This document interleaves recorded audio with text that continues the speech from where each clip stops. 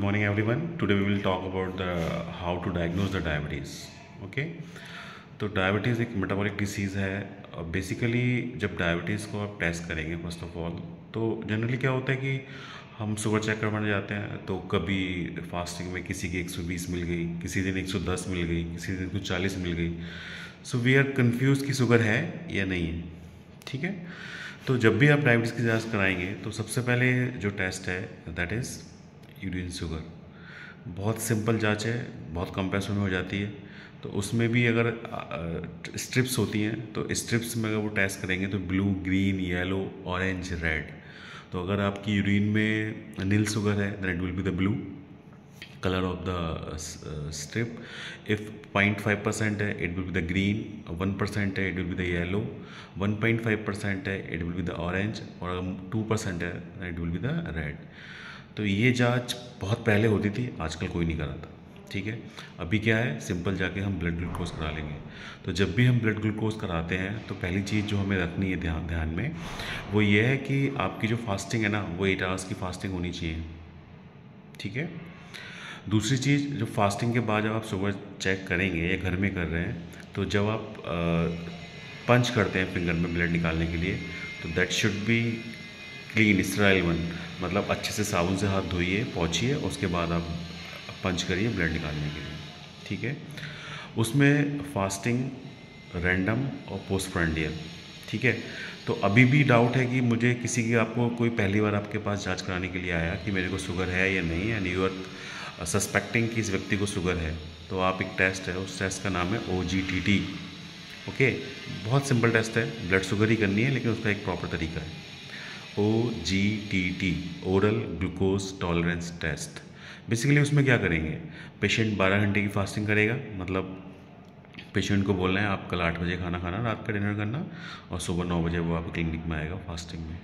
आप क्या करने वाले हैं, 50 ग्राम ग्लूकोज एक 250 ml वाटर में, मतलब 1 गिलास पानी में घोल के उसको देने वाले हैं। ठीक है। उसके 1 घंटे बाद आप उसकी ब्लड शुगर करेंगे, जो नॉर्मली करते हैं आप। तो अगर 1 घंटे बाद उसकी जो ब्लड की ग्लूकोज का लेवल है, अगर वो थ्रेशोल्ड से ज़्यादा है, ठीक है, अगर वो 180 से ज़्यादा है, हाँ, देन इट इज़ पॉजिटिव, कि मतलब उसको शुगर है। अगर वो 180 से कम है तो दैट में बी द, मतलब 140 से 180 है, दैट इज़ प्री डायबिटीज़। तो oral glucose tolerance test, basically इसमें क्या करते हैं, इसमें पेशेंट को आप 50 ग्राम ग्लूकोज 1 गिलास पानी में घोल के पीने के लिए देंगे। उसके 1-1.5 घंटे बाद आप जांच करेंगे। तो अगर जो रीनल थ्रेशोल्ड कैपेसिटी है यूरिन की, दैट इज़ 180, तो अगर वो 180 से ज़्यादा है तो डायबिटीज़ कंफर्म है। अगर वो 180 से कम है तो डायबिटीज़, मतलब प्री डायबिटीज़ हो सकता है, डायबिटीज़ कंफर्म नहीं है। अब आया, आप जब ब्लड ग्लूकोज कर रहे हैं वो कैसे कर रहे हैं, तो उसके लिए एक फास्टिंग है, पोस्टप्रांडियल है और रैंडम है, राइट। तो अगर किसी की 110 तक मिलती है, 90 से 110, that is normal, no diabetes. किसी की 110 से 140 मिलती है, that is the random value. किसी की 140 से ज़्यादा है या 140 तक है, 140 से 150 तक, that is a postprandial value. दूसरी चीज़ जो हमें ध्यान रखनी है, ये इस पर भी डिपेंड करता है कि आपने जो अपनी लास्ट डाइट ली है, लास्ट मील ली है, उसमें क्या खाया है। सपोज़ आपने चावल और रोटियां खाई हैं, नेचुरल सी बात है आपकी शुगर बढ़ी हुई होगी। ठीक है। उस दिन आपने सपोज़ रागी की रोटी खाई, या सपोज़ आपने बैलेंस डाइट में, मतलब कर्ड खाया, पनीर खाया, ठीक है, तो उसकी वजह से जो है रोटी नहीं खाई, कार्बोहाइड्रेट नहीं खाया ज़्यादा अपनी डाइट में, तो क्या होगा, तो जो शुगर की जो वैल्यू है वो थोड़ी सी कम आएगी। ठीक है। तो अगर आप मिठाई खा के सोए हैं, नेचुरल सी बात है नेक्स्ट डे शुगर की वैल्यू बढ़ी होगी। तो आप नॉर्मल डाइट लें, नॉर्मल डाइट लेने के बाद आप अपनी ब्लड की शुगर की टेस्ट करें। तो अगर वो 110, 90 से 110 है, it means the fasting normal है। अगर 110 से 140 है, नॉर्मल है। 140 से 150 तक है, then it is normal. If it is more than this value, then diabetes होने के साइन हैं। दिस इज़ वॉट कि आप ग्लूकोज से कैसे किया, यूरिन से कैसे किया। एक और जांच है, वो थोड़ी महंगी है, 300-400 रुपये की होती है, दैट इज़ ग्लाइसिएटेड हीमोग्लोबिन।